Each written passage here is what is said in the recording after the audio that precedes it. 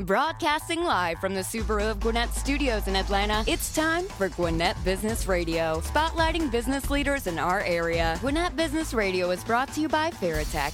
Farratech, great people, remarkable service.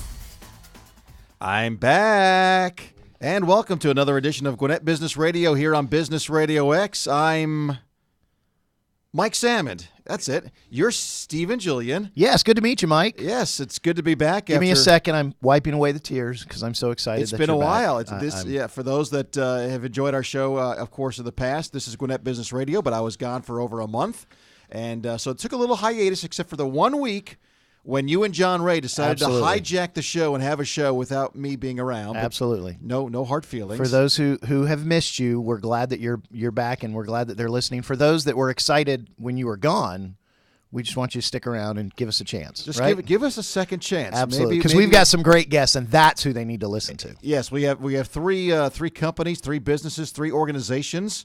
That's actually 9 if you add them up, but really only 3 today that we're going to highlight. From Proda Technology, Marissa Maldonado is here. She's the managing partner. We have Shaun Boyce. He's the director of Ankle Biters. And you're wondering what Ankle Biters may be. You'll find out in just a few minutes.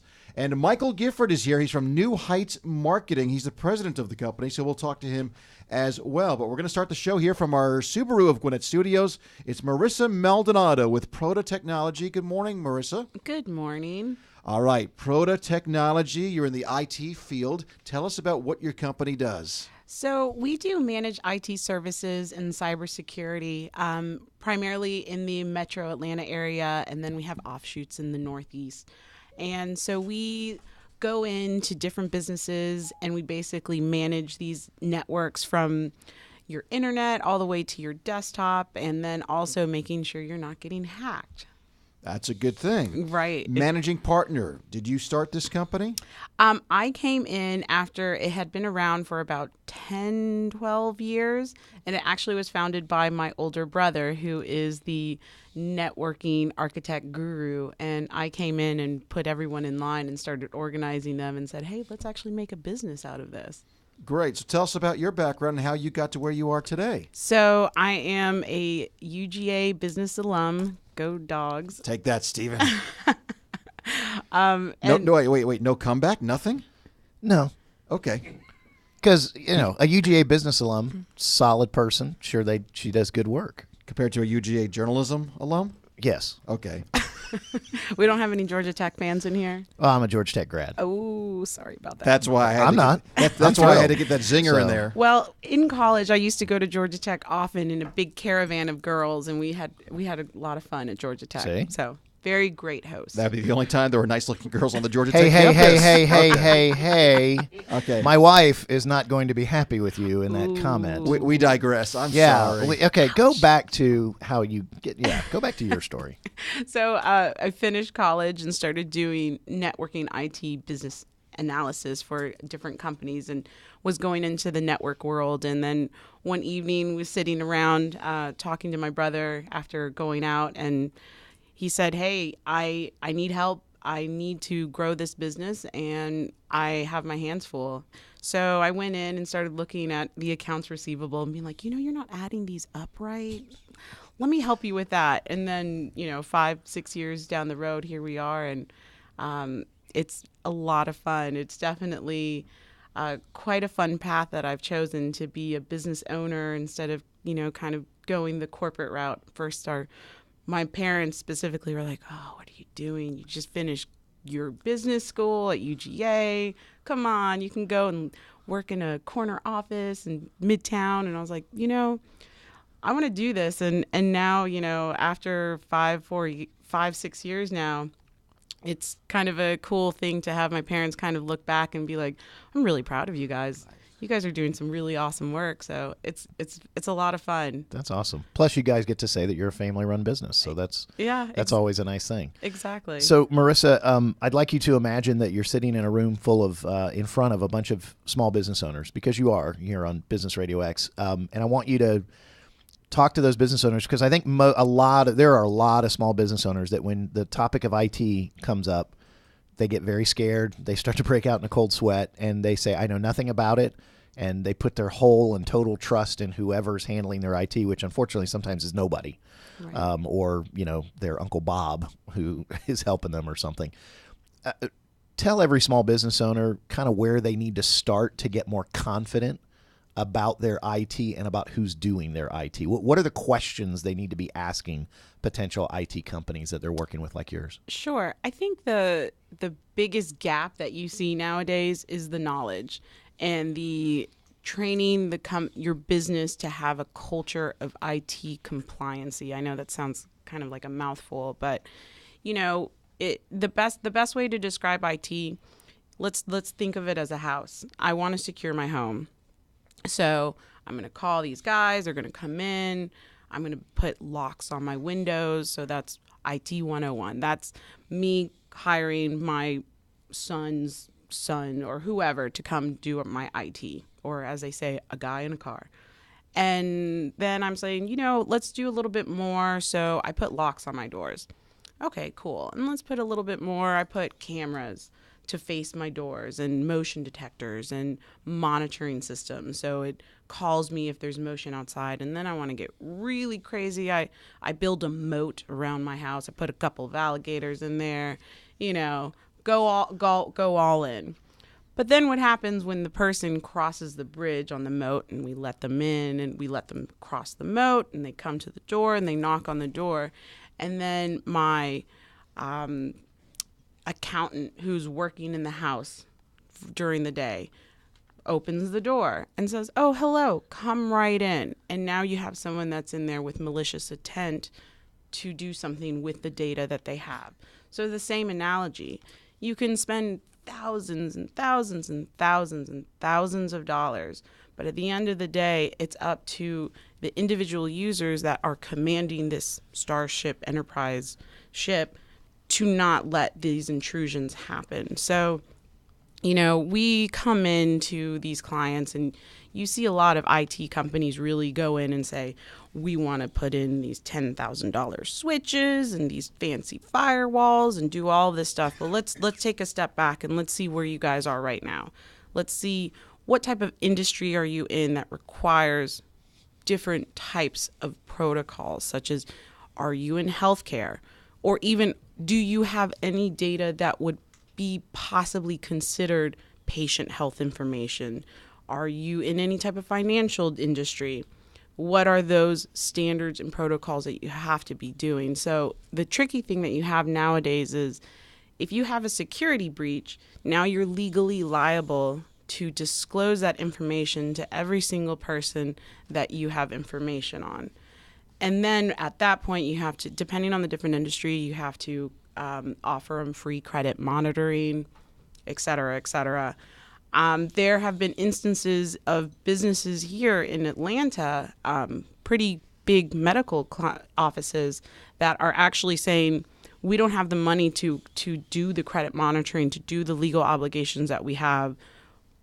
Sorry. So it's starting to become a really... There's a shift in the industry nowadays. So number one is educating the people that you have on staff to protect the information that you have. And I'm sure a lot of small business owners are probably naive, thinking nobody's going to try to hack into my stuff. I have nothing that anybody's going to want. But my understanding is it's really become an epidemic where, there are thousands and thousands and thousands of hacking attempts every single day. Yeah, just to put it into perspective. So the general understanding is there's 8 new internet users every second. And so that's who are those internet users? Those are people that in a rural area, their neighborhood just got lit up with internet. Those are people in a country that just got access to internet. Those are little kids that just got a mobile device or just have, just started first grade and now they have a computer. So within that number, we're having 300,000 new malware created every day in attempts to get into these computers and to get into these systems. 30,000 of those are infected websites. So that's small businesses where they have a website, which is your business card to the outside world. And if you go onto that website, bam, you get something on your computer. Your computer freezes up. You have now some sort of some sort of spyware or malware on your computer. And for the most part, those are 80% are actually small businesses, because the 20%, those big businesses, government, they have the Starship Enterprise systems. They have active intrusion penetration testing. They do all the things. So it's the small businesses that we're overlooking, that we are a target. And when it comes to IT, I think at some point in the past we were just talking about our computers. But now when you go in and start working with a business, you're talking about their phones, you're talking about their devices, you're talking about their database. You guys really want to cover all their technology. Right, and it even includes the vendors that you work with. So that's another oversight that a lot of people are having, and that's where, for instance, with the bigger penetrations that we had with Target, with Home Depot, those entry points were actually the vendors outside of the business. And so someone else found that there was a vulnerability, a wonky little spreadsheet was being emailed back and forth. They attached a macro to the spreadsheet, gets sent. I trust this person. Sure, I will allow this macro. Now you have an executable code on the system, and now it's starting to scan everything and do what they do. So it's not just your stuff, it's how your stuff interacts with other stuff. Correct. And that's the tricky part, because we now live in a world where data is meant to be shared with other businesses. That's what we do. That's how, we've sacrificed a lot for the convenience of shareable data. Mike, you go ahead with this interview. I'm going to go work on my Rolodex and get it back up and running. What's a Rolodex? Yeah, either that or I'm going to hire Proda Technology. But go ahead. Marissa Maldonado is our guest with Proda Technology, and we're talking about cybersecurity. Now, you're a managed IT services company. We've had other companies similar to yours on shows like this. We have an IT company that actually has their own show here on Business Radio X. What makes your company, though, what makes Proda Technology unique and different from some of the others out there? I think that, one of the things that we've really done is truly focused on the customer experience. IT, like you said, it's scary. It's a big deal. As an IT company, you literally hold the key to the business. You know all the juicy details within the HR personnel. You know everything before anything happens within the company. So a big part of what we do is really focus on the comfort of our clients. We don't tolerate talking down to the client.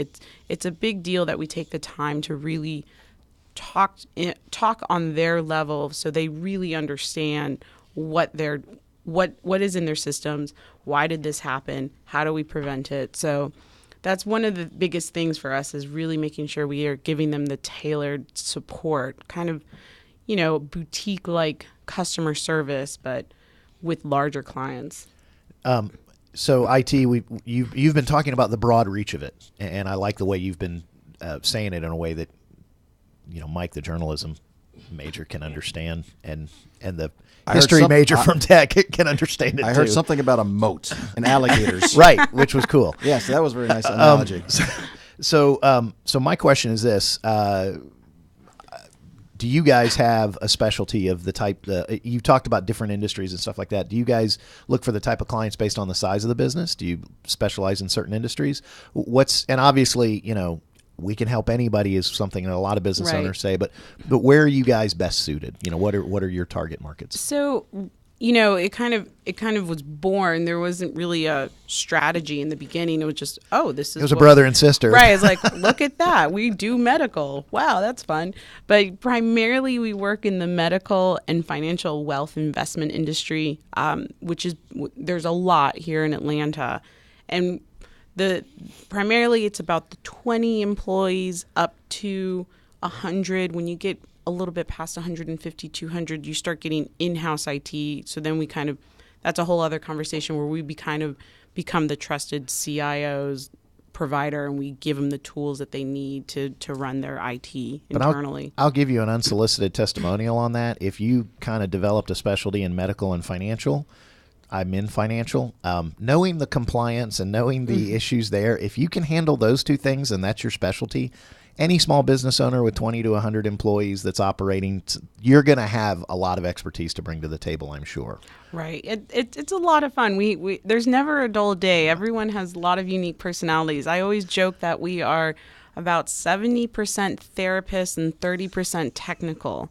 So it's never a dull day for sure. Keeps us on our toes. Well, for those that would like to get a little therapy from Proda Technology, how can they reach out? Give us the website and any contact information. Sure. Our website, it's Proda Technology, so PRODA technology.com.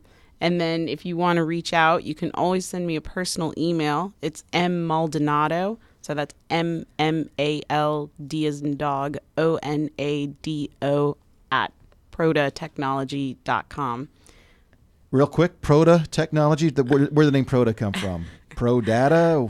So she likes Prada purses, and she decided to... No, I'm sorry. Go ahead. No, okay, so she was a professional dancer, so okay, Proda. Bear with me. It's pretty nerdy. Okay, here we go. So we originally, the sole proprietorship was Pivotal Consulting, but clearly when we went in to find our LLC name, it was already taken nationally. So I sat around saying, what are we going to name? Where are we going to change the name to? So my brother, the founding partner, his alias when he used to romp around on the dark web when he was a very young kid, his name was Proda.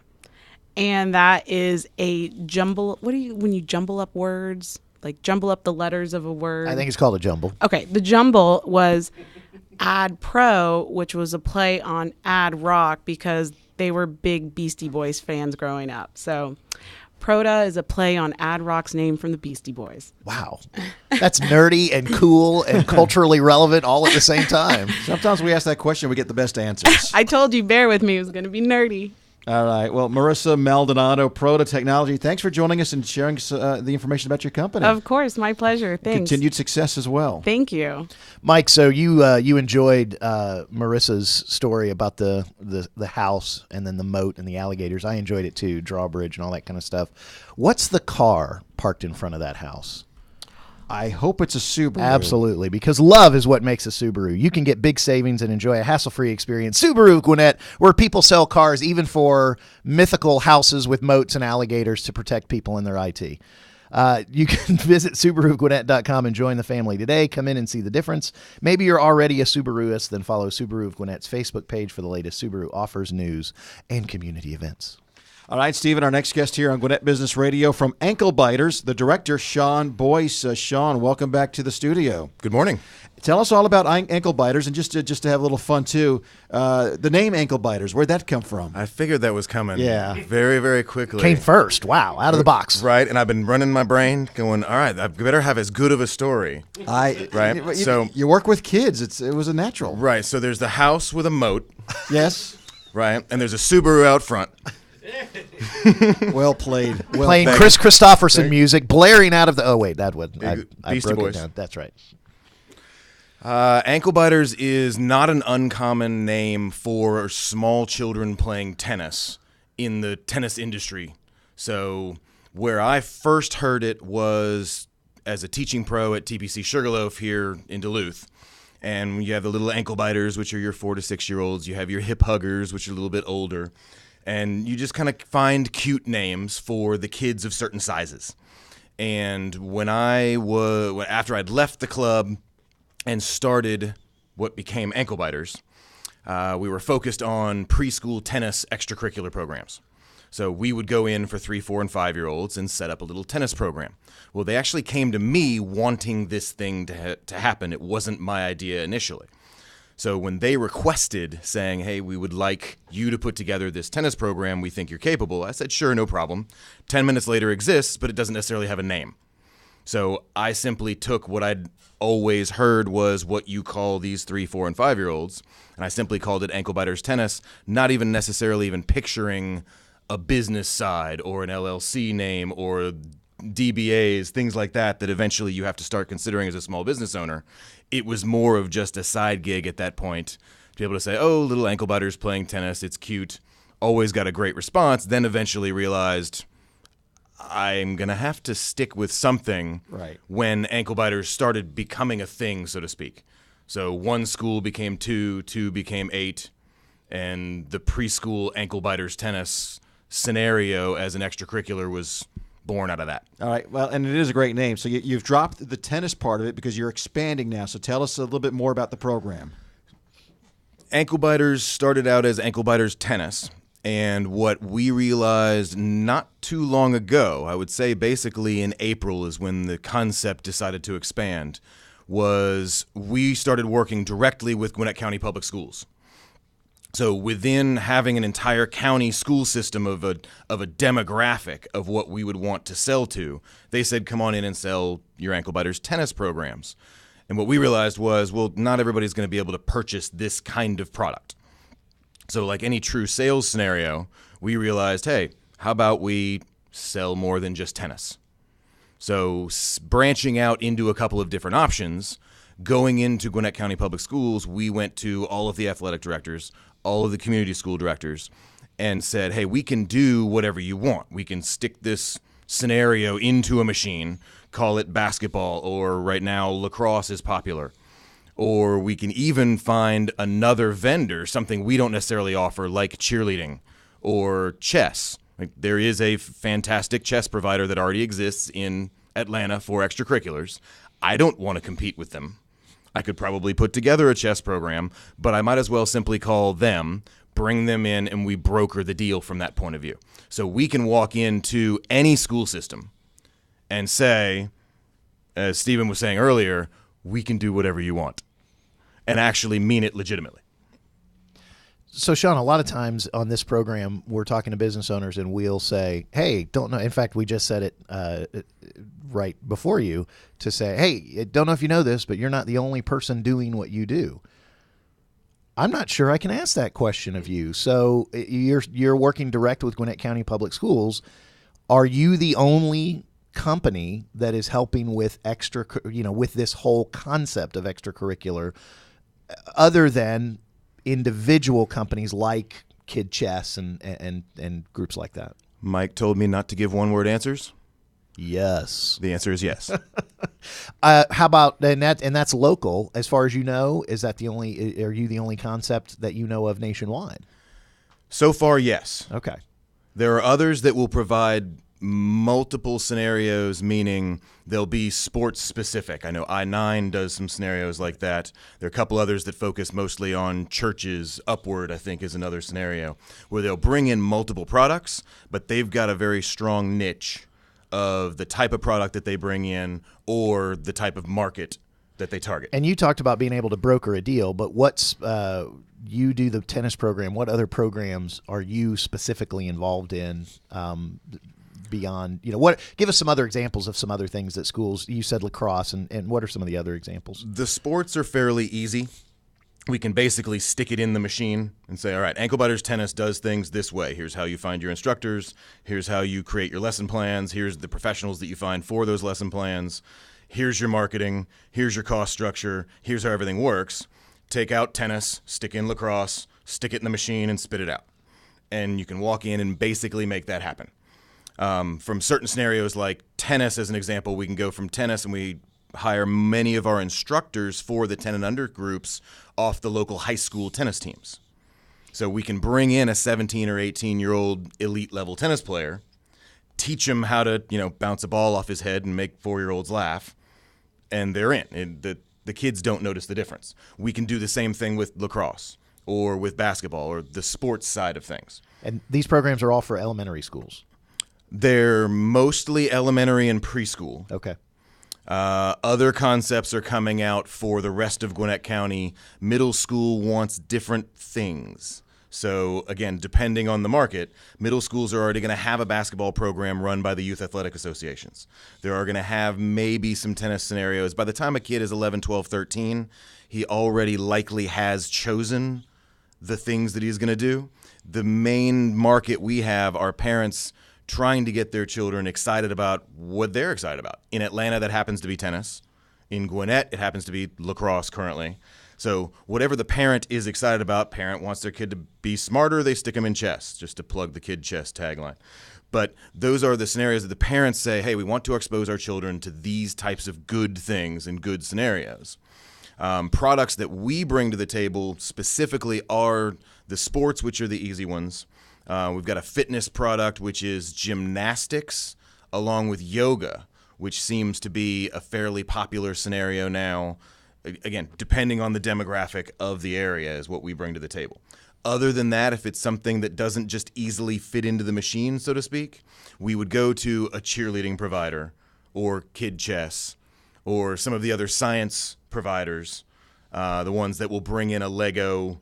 The Lego Go has a neat robotics scenario. So we can put together some of those things. The most interesting one we have right now is a stop animation movie production for preschoolers. So you can basically have a preschooler make his little clay or, Play-Doh Olaf from the movie Frozen, and walk him around and take pictures with the software, and the instructor helps them go through it, and they get to go home having made a movie and get to show it with to their parents. But again, it's the instructors that make it work, because anything in this scenario, I don't want to say is easy to create, but within the system we have, it works out very perfectly.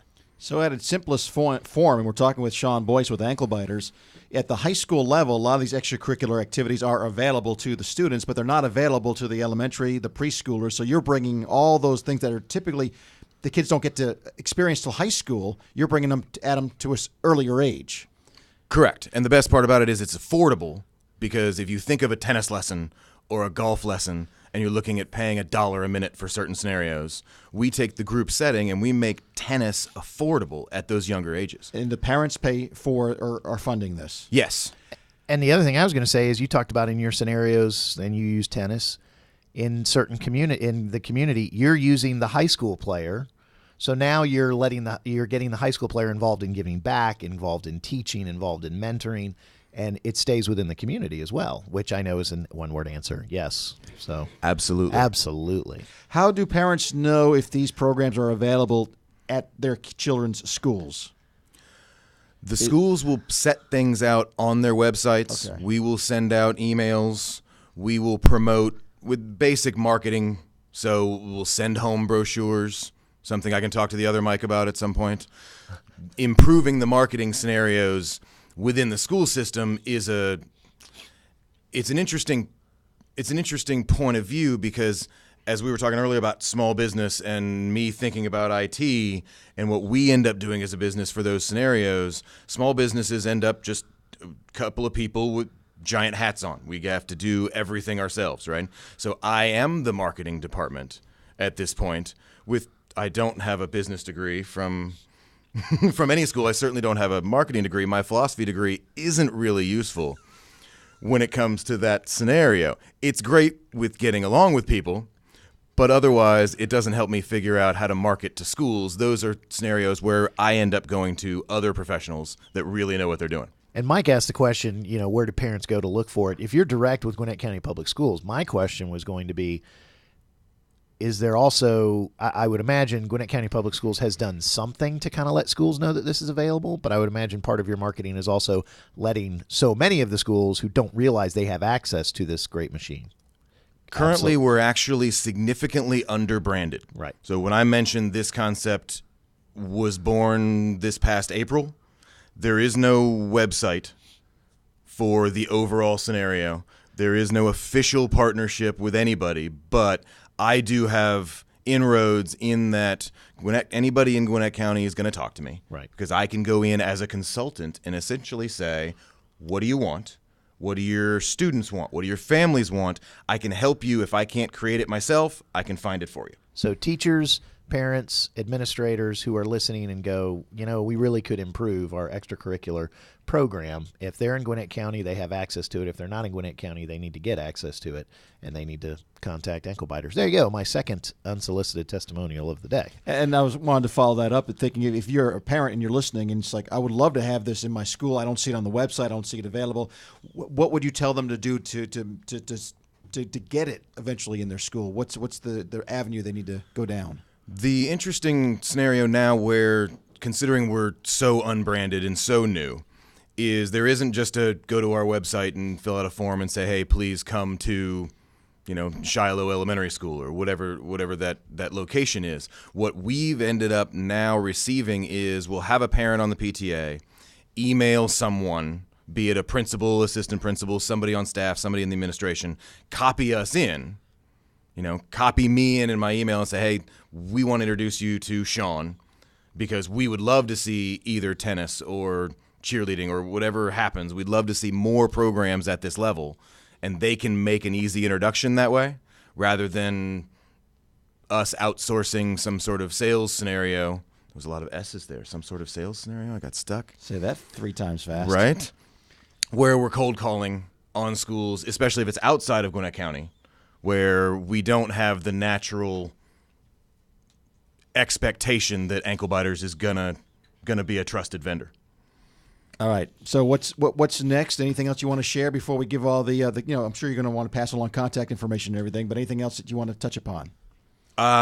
We've got an exciting thing coming up, and the expected launch is January 1. It is specific to Gwinnett County Public Schools, but as Stephen was mentioning earlier, he says, so Shaun, are you the only one actually doing this? It does put a little bit of apprehension in my mind where I consider, if I'm the only one, how long am I the only one? And how much am I going to share with the rest of Gwinnett County that this is the type of thing that Gwinnett County wants? And we've got something coming out. I am not comfortable really bringing up specifically what we're doing, but it's countywide and extremely excited about it because I think it's something that's going to help not only the schools, not only the students, but the families there and here in Gwinnett County long term. Boy, philosophically speaking, I think he's talking about a paradigm shift. Oh, I can be vague. He nailed it. He nailed it. Vague and yet sound incredibly deep vague and intellectual. and confident. That's the catch. All right, so we'll be vague. If you want to find out more about Ankle Biters, go to the web. Pull it up on your Rolodex. That's perfect. Yes. Do you want to share any contact information? You obviously at least give the website that you do have out there. Anklebiterstennis.com is what is currently functional. And at some point, what we're trying not to do is have anklebiterslacrosse.com and anklebiters. There's no reason to have multiple websites. So as we rebrand over the next year, it will be Ankle Biters extra-curriculars or whatever it becomes. I might need a marketing expert to help me figure something like that out. But yeah, phone number is the easiest way, 678-221-4191. Comes directly to us, and we can help you do whatever you want to do within schools, basic locations like that.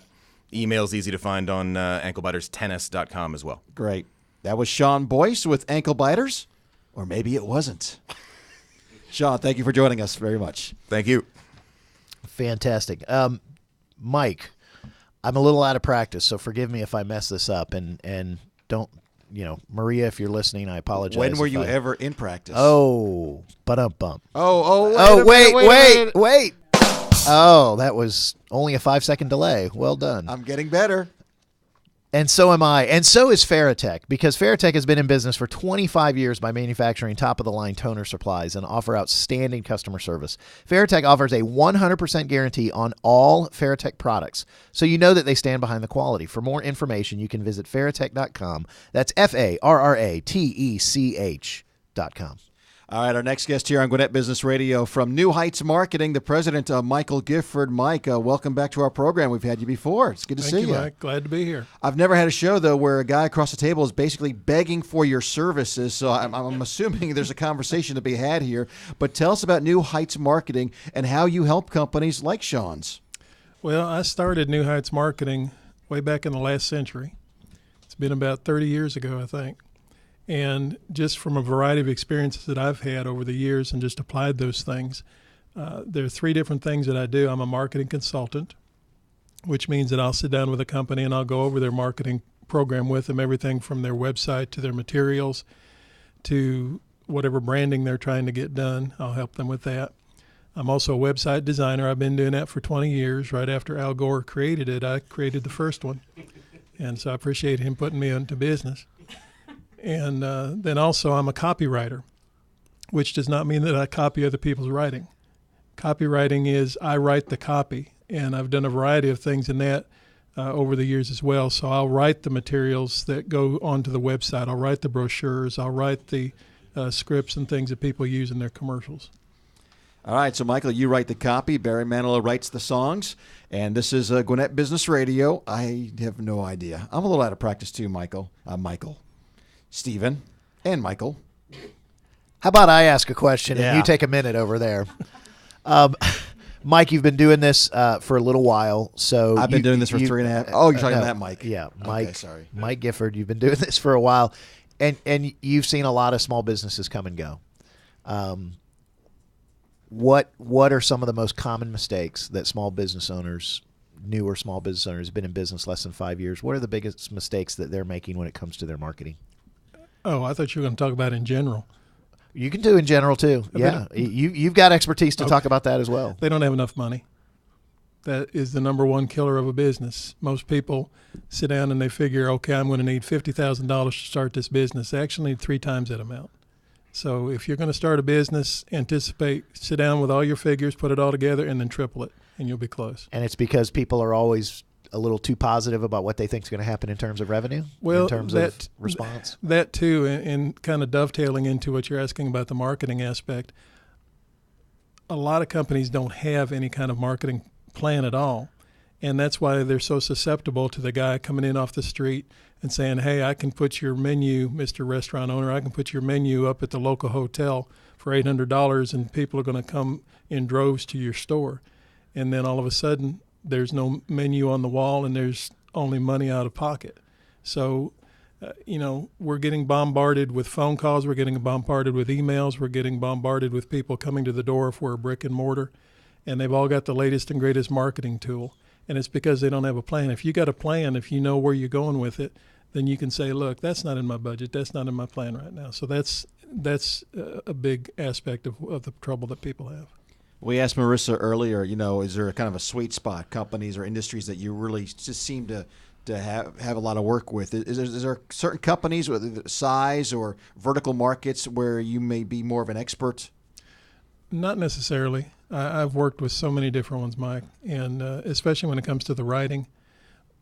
When people come to me for the writing, and again, one of my company slogans is, if you would rather beat your head against the wall than write something, then come to me. It's clever, isn't it? Say that again. Okay. See if I can remember. It doesn't even rhyme, but yet it's so true. Said, if you'd rather beat your head against the wall than write something, call me. I'll write it for you. Or I'll beat your head against the wall. I don't know, whatever you want to do. It doesn't matter to me. But a lot of times people don't like to write. And so what I do is I work with all kinds of companies. I just finished doing a magazine article and a press release for a company. I just finished doing an ebook for another company. So it varies in 2 totally different industries. I am amazed when I look at either a press release, a brochure, a website, and not only the misspellings and things, but just not worded correctly. And I think people maybe don't pay as much attention to that, don't realize how important that is to have it kind of flow and say exactly, and not to have those little mistakes. Well, they've been banging their head against the wall, so it gets a little fuzzy on what the work that they're doing. And I would think being in that industry, it must drive you crazy, Mike. Facebook is not my friend. Yeah. And we don't even want to talk about Twitter. No. So I think also, again, someone with your experience and someone who does both consultation and then design of websites and then also writing, I think some small business owners would listen and go, well, I can't afford that guy. Well, clearly he's got so much expertise and that there's no way I could work with him. What are some of the first steps? Have you been talking to some of his clients? No. Oh, okay. I'm making assumptions, which you know what happens when I do that, and I'm going to let him break those apart and show us how smart. Find out that it's not true. So, if a typical small business owner who maybe thinks they can't afford to work with somebody who's a consultant and does website design, where should they start? What are some of the first steps they can take with you? Is it writing that one piece? Is it getting that one article and one press release? Is it a single project? And what are some of those projects that you see have worked with a lot of small business owners? Well, and again, there's so many variables here. It's kind of hard. I mean, I'm the poster child for ADD. And so if it's something that can be done, I want to put my hands on it and do it. So we can talk about marketing, consulting, or website, or writing, or we can combine them all. A lot of times just with the website, because everybody wants a website nowadays. Every business wants a website. But that's all they know. I got to have a website, but what's your purpose in the website? What's your focus on? I was working on one last night or yesterday afternoon with a new business. And basically what I drew out for her was a funnel. And the funnel, at the bottom of the funnel is her desired goal. What do you really want here? And what she really wants, obviously, is people to contact her. Okay, so now she wants people to contact her through the internet, through the website. So now how are we going to get to the website? What are we going to do on that website to get people to contact you? And again, when it comes to website design, it's kind of ironic that I write so much, but people don't read. Maybe that's a reflection on me. But generally speaking, people don't. When they go to the website, you've got about 2.7 seconds to grab somebody's attention on the website.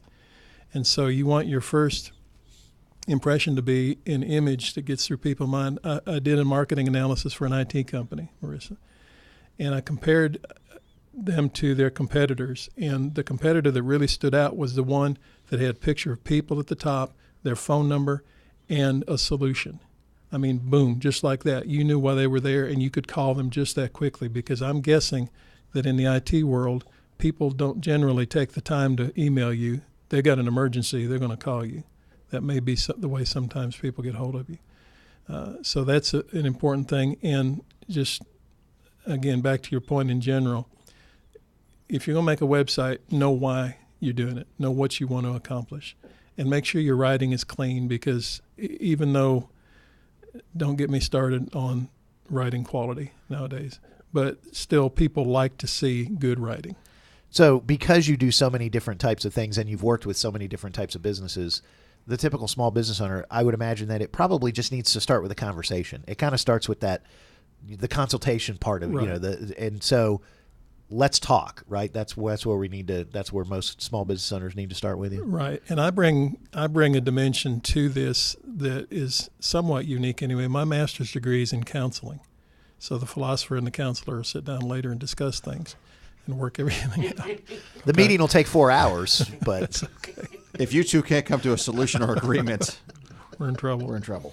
But so anyway, with that in mind, that's what I do, and that's a whole nother. I've actually got a training session where I teach people how to listen, because that's a lost art, and that's a whole nother program. So I'll come back. If Mike's got a series of programs that we need to do. I love this. Well, I'm sorry, what'd you say?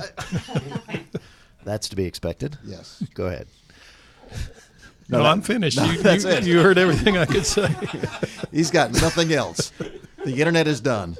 All right. For a fact.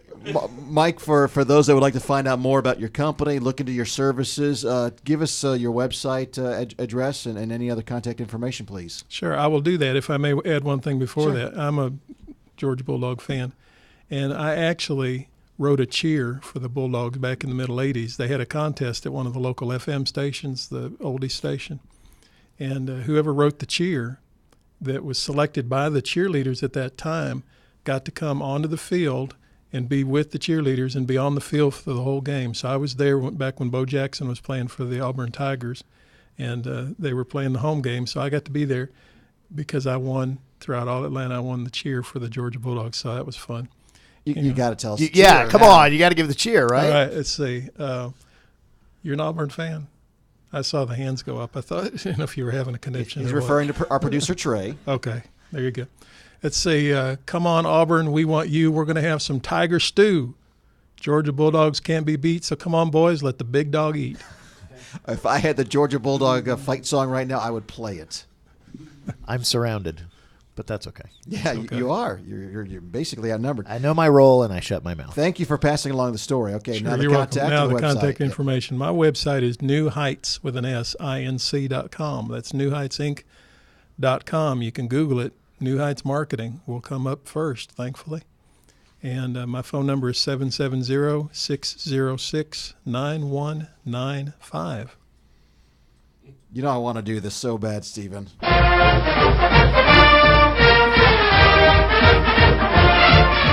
Can we just end the show with that going in the background? I just have to say that as the Georgia grad, you said, I wish I had the fight song. And there it was. So you didn't realize you had the fight song. So I'm just going to leave it at that. Don't turn this. Don't turn it on me now. Okay. All right, I want to thank our guest, Michael Gifford from New Heights Marketing. I can't do that in the background. That's just weird. Marissa Maldonado from Proda Technology and Shaun Boyce from Ankle Biters. A fun show, a unique show, and we wish all of you the best of luck. Quick reminder, you can enjoy this show or any of our Gwinnett Business Radio shows anytime, 24/7, by going to GwinnettBusinessRadioX.com. We ask you to go ahead and follow us on Twitter, like us on Facebook. We also have our YouTube channel now. It's Business Radio X Gwinnett. We'll have this show and a lot of our other shows posted. So we're here, every Thursday morning at 10 a.m. for our live show. Stephen, any parting words? I missed you, Mike. And I'm Glad to be glad that back. you're back. Glad to be back. And only because now I get to hang out with Trey and Z. Yes. And for Trey, and for Z, and for all our guests, I'm Mike Salmon, and we will see you next time right here on Gwinnett Business Radio.